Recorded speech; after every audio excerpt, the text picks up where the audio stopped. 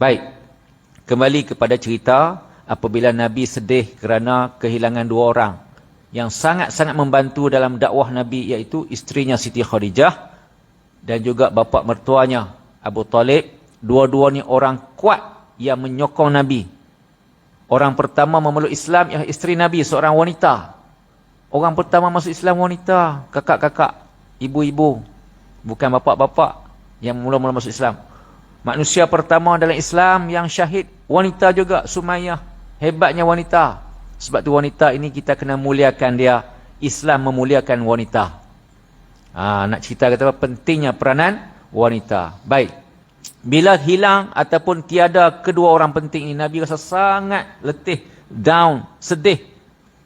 Orang kuat yang sentiasa menyokong perjuangan Nabi ketika mana Nabi sentiasa dikepung, dihimpit, ditekan, dizalimi oleh puak kafir musyrikin Mekah. Jadi bila kita duk kepung lama kan, ingat tak baru ni PKP, 2 tahun kena PKP, bila kerajaan buka sempadan, apa berlaku? Langkawi 20,000 orang masuk. Tu nak, orang kata release tension. Nak hilangkan tekanan keluar. Allah nak hiburkan Nabi. Ini saya cerita ringkas-ringkas saja. Nak hiburkan Nabi, maka Nabi perintahkan malaikat Jibril alaihi salam, ketua malaikat, turun ke bumi, jumpa Nabi, bawa Nabi berjalan. Ronda-ronda, tengok kebesaran Allah. Sebab Nabi dipulaukan, dikepung, dizalimi oleh orang-orang kafir musyrikin. Lepas tu pula penasihat, penolong dia yang hebat-hebat, 2 orang, isteri dan bapa mertua, bapa menakan, bapa saudara, meninggal lagi. Dia rasa kesedihan, kesorangan, rasa sedikit lemah dalam perjuangan dakwah menyebarkan agama Islam. Akhirnya, ringkas cerita, turunlah malaikat Jibril AS dengan malaikat Mikail AS, 2 orang. Masa tu Nabi ada kat Hijr Ismail. Setara Syekh Sapi Mekah kan. Tuan Haji Sapi no. Kaabah tu ada apa nama Hajarul Aswad, lepas tu ada Multazam semua tu. Kemudian hujung tu ada macam huruf U. Atas tu ada pancur emas. Nabi tidur 3 orang. Dengan bapa menekan dia, bapa saudara dengan sepupu dia, 3 orang duduk situ. Sebelah kanan Sayyidina Hamzah. Sayyidina Hamzah tu bapa saudara dia yang syahid dalam perang Uhud tu.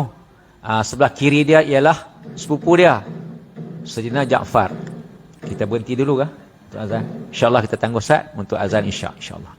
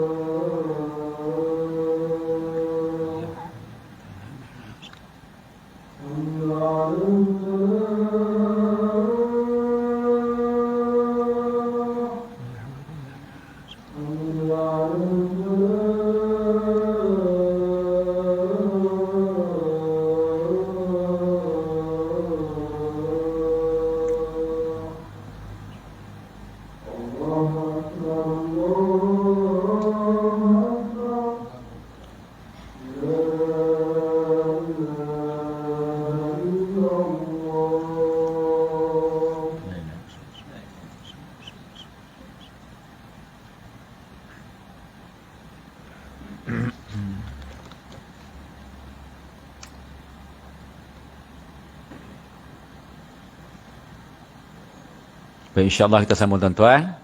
Baik, sebahagian riwayat mengatakan bahawa kejadian ini berlaku pada malam Isnin, 27 Rejab. Sebab tu masyhur 27 Rejab ini disandarkan dengan peristiwa Isra' wal Mi'raj. Isra' ni perjalanan malam daripada Mekah ke Palestin, Masjidil Aqsa. Jaraknya berapa kilometer tuan-tuan? Kalau ikut ukuran sekarang ni, daripada Masjidil Haram ke Masjidil Aqsa 1239 kilometer. Kalau naik kapal terbang 1 jam 52 minit. Jauh ke dekat? Jauh zaman tu. Zaman sekarang ni tak apalah naik kapal terbang. Itu pun 1 jam 52 minit, hampir 2 jam. 1239.42 kilometer. Jarak zaman tu lebih 1400 tahun dulu ni. Nak cerita kata apa? Sangat-sangat jauh perjalanan yang ditempuh Isra' oleh Nabi sallallahu alaihi wasallam. Jadi malam tu malaikat Jibril dengan malaikat Mikail turun dari langit. Nabi tengah tidur, 3 orang, Nabi duduk tengah. Sebelah kanan dia bapa saudara dia Sayyidina Hamzah, sebelah kiri dia sepupu dia Sayyidina Ja'far bin Abi Talib. Jadi nak cerita kata apa? Rasulullah sallallahu alaihi wasallam memiliki sifat tawadhu', sifat merendah diri. Pangkat Rasul ini, Rasul akhir zaman, penghulu segala Nabi dan Rasul, pangkat yang sangat dan paling tinggi di muka bumi, di alam ini. Mengatasi pangkat raja-raja, mengatasi pangkat pembesar-pembesar negara, semua tu di bawah dia. Dia mengatasi pangkat malaikat-malaikat muqarrabin tu. Jibril ke, malaikat-malaikat yang utama, semua di bawah pangkat. Kalau kata ranking tu, Nabi nombor 1 segala pangkat makhluk Allah. Tapi Nabi tawaduk, turun padang. Nabi bersama masyarakat. Jadi tuan-tuan, kalau tuan-tuan terpilih sebagai pemimpin masyarakat, sebagai tuan imam, sebagai pegawai dan AJK masjid, JPKK, ketua-ketua kampung, ketua-ketua jabatan, turunlah padang bersama masyarakat. InsyaAllah kita rasa kepuasan hidup kita. Sepatutnya Nabi ni duduk di mana? Istana. Bagi arahan cukuplah, sebab dia pangkat nombor 1. Tak. Nabi tunjuk contoh yang terbaik. Maksudnya tauladan terbaik kepada pemimpin, kena turun padang. Dan satu lagi, kita lihat Nabi bijak. Nabi berdakwah tidak bersorangan. Alaikum bil jamaah. Wajib ke atas kamu berjemaah. Sebab tu nak dakwah orang jangan seorang-seorang. Kita akan lemah dan kalah. Contohi kumpulan tabligh. Dia ramai-ramai. Kalau di Thailand, selatan Thailand, jemaah tabligh sangat dihormati. Kerana dia utamakan ilmu. Kat Yala tu, markas tabligh kat Yala tu. Saya selalu pergi ke sana sebab anak saya belajar di Thailand. Jadi saya selalu masuk. Nak beli barang dan seumpamanya, kat Yala tu memang sangat murah. Dan banyak pilihan. Semayang dia tu, Masya Allah, 8,000 orang boleh masuk masjid dia. 8,000 orang tuan-tuan. Majoriti anak-anak tahfiz duduk di kawasan tu. Masjid tu. Hebat sana. Sebab tu, bila kita masuk kumpulan tabligh, kita berdakwah, gabung. Ilmu nombor 1, contoh amal nombor 2. Ilmu tanpa amal, bahaya, sia-sia. Beramal tanpa ilmu, boleh sesat. Macam tu. Baik. Kemudian, bila turun, malaikat Jibril dan Mikail angkat Nabi. Yang 2 orang ni tak sedar. Angkat Nabi ke telaga air Zam-Zam. Kemudian, malaikat Jibril gendong dia, tak tahan belakang. Ini cerita Tok Guru lah. Bawa pergi telaga air Zam-Zam. Masa dicerita tu, air telaga Zam-Zam masih boleh dicedok lagi oleh Tuan Guru. Tak macam zaman law ni. Ni cerita zaman 40-an, 50-an dulu ni. Jadi, malaikat Jibril, tu yang kata mukjizat Nabi tu, letak dekat ni, labbah ni, lubang ni. Tekan sampai bawah pusat, terbelah. Wak keluar semua perkakas dalam. Ni organ-organ dalam ni, jantung semua ni, dibasuh dengan air Zam-Zam. Kemudian, zip, jahit balik. Tak, tarik. Dia cantum balik, macam tak ada apa-apa berlaku. Malaikat Jibril tanya, Ya Muhammad, berasa sakit tak? Rasulullah SAW kata, tak berasa apa. Bukan pakai bius apa Tuan Haji. Tu mukjizat Nabi. Kemudian dimasukkan bersama dengan 3. Iman, ilmu dan hikmah. Sebab apa? Nak berjalan yang sangat agung ini, mesti badan, jiwa, raga semua bersih, suci, cantik. Sebab ini bukan perjalanan biasa-biasa. Ini perjalanan yang sangat agung. Dan Nabi tak pernah tempuhi sepanjang hayat. Dan inilah satu-satunya Rasul yang Allah bagi keistimewaan. Nabi lain pun ada bergerak juga. Contohnya Nabi Sulaiman. Dia punya kapet dia 1 kilometer persegi. Satu batu, kata Tuan Guru. Kapet dia. Duk terbang, duk ronda dunia ni. Satu batu. Segala tentera je duk atas tu. Pakai tenaga apa? Angin. Laju. Itu Nabi Sulaiman. Nabi Ibrahim alaihissalam, dia ada 2 isteri. Di Palestin ada, di Mekah ada. Sana Siti Sarah, sini Siti Hajar. Dia ronda, tengok anak dia Ismail, Nabi Ismail alaihissalam, dan isterinya Siti Hajar, naik buruk. Lepas tu dah siap semua, Nabi pun diangkat, bawa dekat, letak kat Kaabah balik. Dah siap bersih semua, dah masukkan iman, ilmu, hikmah, letak kat Kaabah balik. Lepas tu Jibril kata, ya Mikail, naik, ambil cok. Macam cok tu imam tu, cok mohor tu. Khatamin nubuwah. Cop Nabi terakhir di belakang sebelah ni. Pam cop sampai ada tumbuh beberapa helai bulu dan juga macam ketuat nak isi tu. Cop kenabian tu daripada syurga tu, cop mohor tu. Kita tengok malaikat Jibril bagi arahan kat saudaranya malaikat Mikail macam dekat no, naik. Macam dekat. Satu langit ke satu langit tu 500 tahun perjalanan, kata Tuan Guru. Dan Tuan Guru sebut lagi sedikit ilmu perkongsian. Tuan Guru tanya, sebab apa bila kita tengok siang hari, langit tu warna biru? Sains kata biasan cahaya matahari, air laut. Tak. Ikut ilmu falak, Tariq Syekh Ismail Al-Fadani. Ya, boleh terbang kata tu. Memang hebat. Tok Guru kepada Tuan Guru Haji Soleh. Dia kata, isyarat kah? Bukan. Baik. Saya sentiasa menjaga masa tuan-tuan. No? Kalau saya tengok tuan-tuan 2-3 kali gelisah tu, saya akan berhenti. Baik. Kata Tuan Guru, itu ialah laut yang dimatikan ataupun yang dibekukan. Sebab tu orang putih dia tiru. Dia buat filem Thor tu yang pakai merton tu. Bila dia duduk di dunia, nak naik atas, dia jumpa air laut dulu. Lepas tu dia jumpa tanah, dia jumpa bangunan negeri dia. Dia cuba bayangkan cerita-cerita yang ada kaitan dengan Islam kita. Tapi itu pandangan khayalan dia lah. Nak cerita kata apa yang kita nampak tu semua tu adalah air laut yang dibekukan. Bahrul Mahfuz. Laut yang dibekukan. Yang ditahan daripada jatuh. Kalau jatuh, habis bumi kita.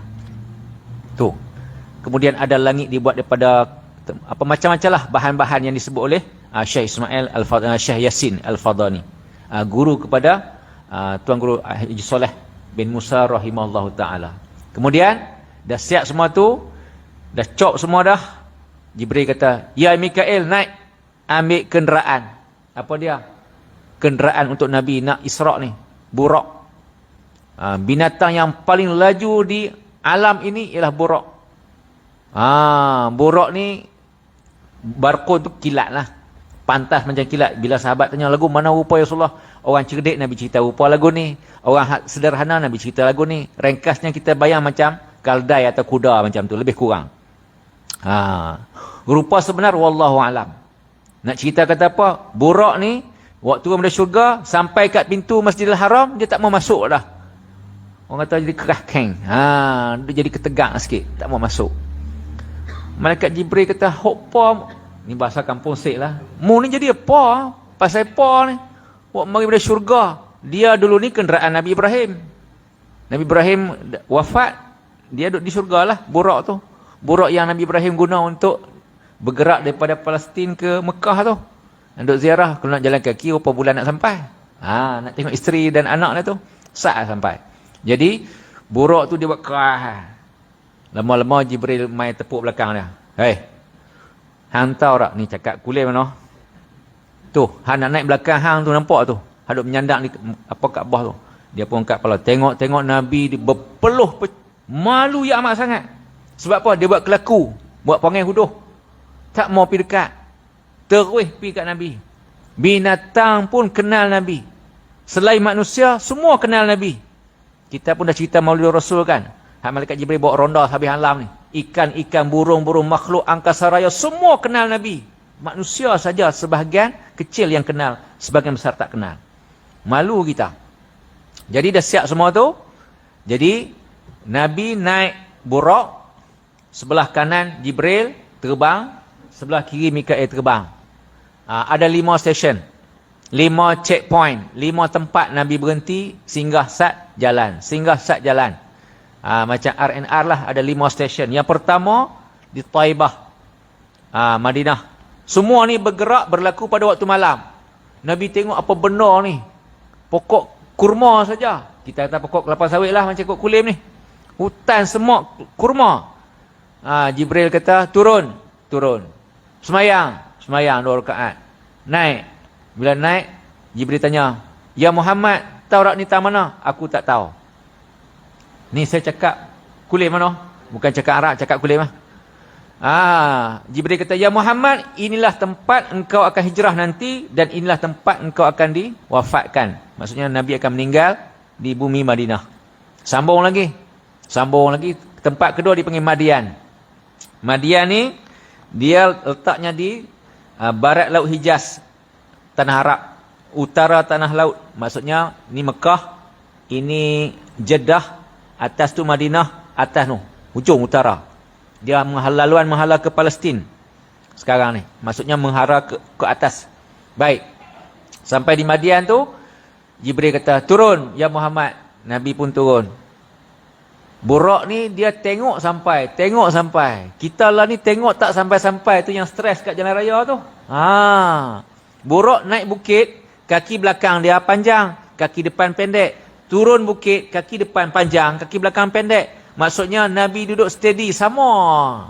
Kalau kita naik ni jadi macam tu kan? Tak. Tu hebatnya Burak. Sangat laju. Sampai Madian, kenapa berhenti? Dia ambil asar, ambil bekasan Nabi Musa AS. Berhenti kat mana? Ada satu pokok. Pokok Nabi Musa tu. Syajaratul Musa, pokok Nabi Musa. Pokok tu yang Nabi Musa berhenti masa dia kena ligan dengan Fir'aun tu, tentera Fir'aun. Dia berjalan 3 hari tak makan tak minum, makan pucuk-pucuk kayu lah. Sebab apa? Ada kes di Mesir. Dia lari selamatkan diri dia. Sampai kat Madian tu, dia letih. Duduk sat, tengok ada sekumpulan pengembala kambing yang banyak tengah bagi minum kepada kambing-kambing mereka. Dia tengok sebelah kanan dia, atas bukit sikit ada 2 orang anak dara. Duk tunggu, kambing pun ada. Nabi Musa pun pergi, "Hai, pasal apa hampa tak turun?" 2 orang anak dara ni kata, "Kami malu." Tu, kami malu. Hak bawah tu semua geng-geng lelaki jantan-jantan, kami malu. Depa habis siap, depa balik baru kami turun. Nabi Musa kata, "Ada satu telaga ni ke di sini?" Di tempat Nabi turun semayang tu, hak malam tu. "Ada, tapi telaga tu dah ditutup oleh batu gunung." Nabi Musa tanya, "Tang mana? Tunjuk kat aku sat." 2 orang anak dara ni pun bawa dia ni. Batu ya Allah besar. Nabi Musa ni gagah. Dia pegang lempak lagu tu lah. Terbukalah pintu telaga selama ni yang tertimbus. Akhirnya 2 orang anak dara ni boleh bagi minum kambing-kambing ternakan dengan cepat, balik pun cepat. Bila balik cepat, ayah heran lah. "Hampa ni duk biasa balik lewat petang. Pasal apa balik awal?" Kata 2 orang anak dara ni, "Ada orang lelaki-lelaki mana tau? Kami tak kenal. Dia tolong angkat batu besar, tutup telaga. Hak batu jatuh gunung." "Oh, lagu tu kah? Hang pergi panggil dia mai sini, ayah nak jumpa." 2 orang. Seorang saja pi, kata tuan guru. Namanya Safura. Safura pun pi lah. Bukan kampung, padang pasir. Kata tuan guru Syekh Muslim, anak tuan guru Haji Soleh, sana luas 300 km baru sebuah rumah. Sini-sini Ipoh tu sebuah rumah. Luasnya padang pasir tu. Jadi bila jumpa Musa, Nabi Musa kata, "Ada apa?" "Ayah kami." Masa tu dia bukan tengok perempuan pemalu, bukan macam lah ni. Tengok tentang, "Jom pergi rumah, kena abah kita." Zaman dulu dah tutup ni. ayah kami suruh pergi rumah. Nabi Musa duduk sana. Nabi Musa kata, boleh mu duduk depan, aku ikut mu. Kalau mu kena kiri, aku pergi kiri. Bila padang pasir, angin tiup. Bila angin tiup, terselaklah kain, nampak betis anak dara itu, anak Nabi Syuaib, perempuan itu. Bila nampak betis, Nabi Musa kata, hei, mu duduk belakang aku, bahaya, dia kata. Padahal hanya mereka berdua. Tuh, yang kata Nabi ni dia amanah dengan diri dia. Padahal bukan ada orang lain. Kalau nak buat jahat, senang sangat. Dia kata, hai, tak jadi kerja, mu duduk depan aku, bahaya. Bahaya apa? Bahaya nafsu dan juga takut syaitan kacau. Mu duduk belakang. Kalau aku straight, mu kata straight. Kalau mu kanan, aku kena kanan. Tuan-tuan faham cakap saya, kan? Sampai, bila sampai, jumpalah dengan bapa dua anak dara ni, iaitu Nabi Syuaib alaihi salam. Tuh, nak kata jodoh tu. Nabi Syuaib kata, aku bagi mu pilih anak dara aku, hak mana mu nak buat isteri. Nabi Syuaib kata, Nabi Musa kata, mana-mana mu tak apa. Nabi Syuaib kata, kalau gitu, hak gitu turut mu tu, bakal isteri mu. Dia punya isi kahwin, belah kambing selama 8 tahun. Tu dia, tuan-tuan nak? Abang kahwin, abang? Sebab kahwin dah. 8 tahun belah kambing. Masa nak belah kambing tu, Nabi Syuaib buat mari satu raga, kayu-kayu tongkat. Ambillah satu, mu nak mana? Nabi Musa tak tahu nak pilih. Lepas tu, ada satu kayu, dia mari krek. Mari kat Nabi Musa. Nabi Musa pun ambil dah kayu tu mari kat dia. Dia pun cabut daripada raga tu. Nabi Syuaib kata, hei, itu tak boleh. Itu untuk aku lah. Bubuh balik. Dia pun tengok. Mari balik kayu hak sama. Mari kat dia balik jalan. Bergerak sendiri. Mari kat Nabi Musa. Nabi Musa pun ambil Kita pun kalau benda tu mari kat kita ambil kan? Ambil. Nabi Syuaib kata, tak boleh. Itu hak aku. Bubuh balik. Kali yang ketiga, mari juga. Kayu yang sama bergerak mari sendiri. Kan banyak kayu-kayu tongkat dalam raga, dalam bekas tu. Kayu tu bergerak berjalan. Kayu tu malaikat Jibril bagi. Dari syurga tu. Kayu, tongkat tu. Akhirnya Nabi Musa ambil tongkat tu. Tongkat tu cabang dia macam ni. Bukan macam tok bomo kita pakai tu, bukan. Dia cabang dua macam tu. Macam huruf Y tu. Kayu tu lah dia nak macam-macam buat kerja lah. Tongkat dia tu. Nak jolok no, nak angkut no, nak pegang no, nak kait no. Semua pakai tongkat tu. Tapi bukan sebarang tongkat. Tongkat dari syurga. Ringkas cerita. Sebab tu Nabi turun ke Madian. Kemudian stesen ketiga, Tur Sina. Tempat Nabi Musa bermunajat kepada Allah tu. Bukit Tur Sina. Wattini wa zaitun wa turi sinin. Bukit Tur Sina. Ya Muhammad, turun. Semayang. Naik balik. Keempat, Baitul Laham. Baitul, kampung. Laham, daging. Kampung Nabi Isa AS dilahirkan. Di kampung tu. Dekat dengan Israel sekarang ni lah. Dekat dengan Palestin sana tu. Jadi nak cerita kata apa, di kampung tu Nabi turun. Semua tempat ni Nabi tahu setelah Jibril beritahu saja. Nabi tak pernah jalan, Nabi tak tahu. Ya Muhammad tahu tempat ni apa? Tak tahu. Ni Baitul Laham, tempat Nabi Isa AS dilahirkan. Apa dia? Kampung daging. Laham tu daging. Bait tu kampung. Kampung lahirnya Nabi Isa. Ketul daging. Dan daripada situ nak ke Baitul Maqdis, jaraknya lebih kurang 12 km. Sini mana 12 km? Lebih kurang 12 km. Masa itulah ada beberapa peristiwa ajaib. Masa tu dah dekat dah. Dekat nak sampai Baitul Maqdis atau Masjidil Aqsa. Masa tu Allah Ta'ala tayangkan beberapa peristiwa. Yang saya tak akan ambil semualah. Satu saja saya nak sebut. Apa dia? Dalam perjalanan itu, yang dekat tu 12 km, tak jauh mana.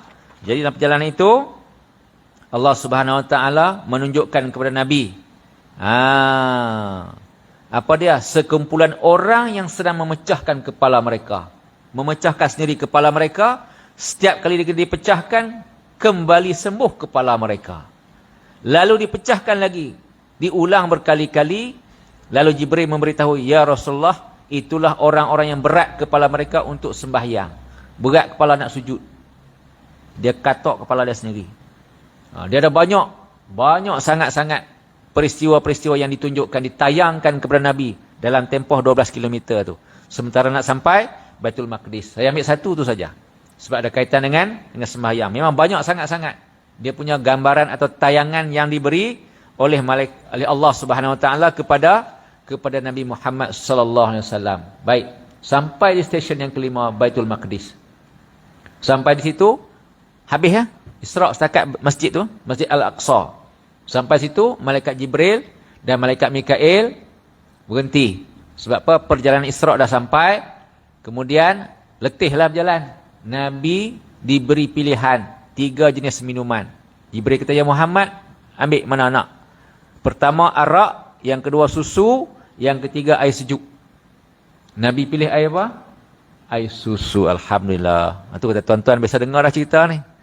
Kata ulama, kalau Nabi pilih arak, nescaya umat akan ramai minum arak. Dalam Nabi tak pilih pun ramai orang kita minum arak. Kalau tuan-tuan terlibat dengan operasi mencegah maksiat, memang kita sedih tengok kawasan-kawasan majoriti Melayu ada jumpa botol-botol atau bekas minuman arak. Kemudian ulama kata lagi, jika Nabi sallallahu alaihi wasallam pilih air sejuk, nescaya banyak akan berlaku banjir di muka bumi ni. Tu pun duk banjir juga. Dalam Nabi tak pilih. Nabi pilih air susu sebab apa? Air susu itu kata ulama, ar-radha yughayyirut tiba'. Tabiat menyusu tu dia mengubah tabiat seseorang. Cara susuan mengubah tabiat. Tuan Guru Haji Soleh ada satu cerita ringkas. Zaman dulu ada seorang raja. Raja ni suka race kuda. Zaman dulu lagi suka race ni. Lah ni tak guna kuda lah, guna motor. Jadi zaman dulu ni raja ni dia pantang kalah. Jadi dia dengar berita ada satu orang memiliki kuda yang lebih kuat, laju daripada kuda dia. Dia suruh Tok Bomo dia pi pujuk beli kuda tu. Tok Bomo tu berjaya pujuk, bagi duit lebih sikit.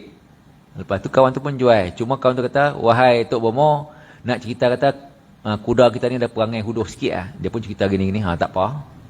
Janji kuat. Hari nak race tu tuan-tuan, raja seronok sebab dia yakin dia boleh menang. Jadi bila dilepaskan, kuda raja ni potong semua kuda-kuda lain. Raja kata, tidak, tengok kuda beta. Sampai hujung, syarat pertandingan sampai hujung kena patah balik. Kuda raja pi sampai hujung tak patah balik.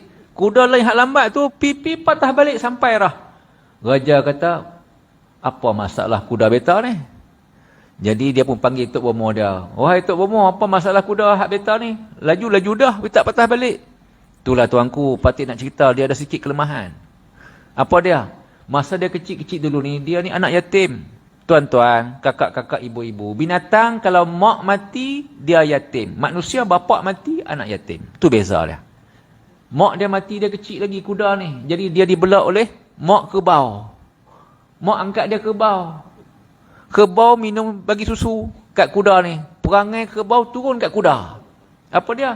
Hujung padang ada kubang. Dia duduk kubang kat situ.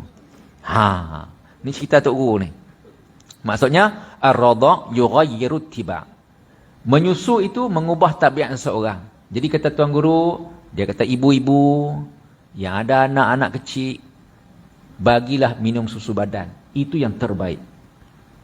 Katalah kita ni payah sangat bekerja, bagilah sekurang-kurang 3 atau 5 kali kenyang minum susu badan sendiri. Barulah nak bagi kira lain Ovaltine ke, susu nes, apa-apalah.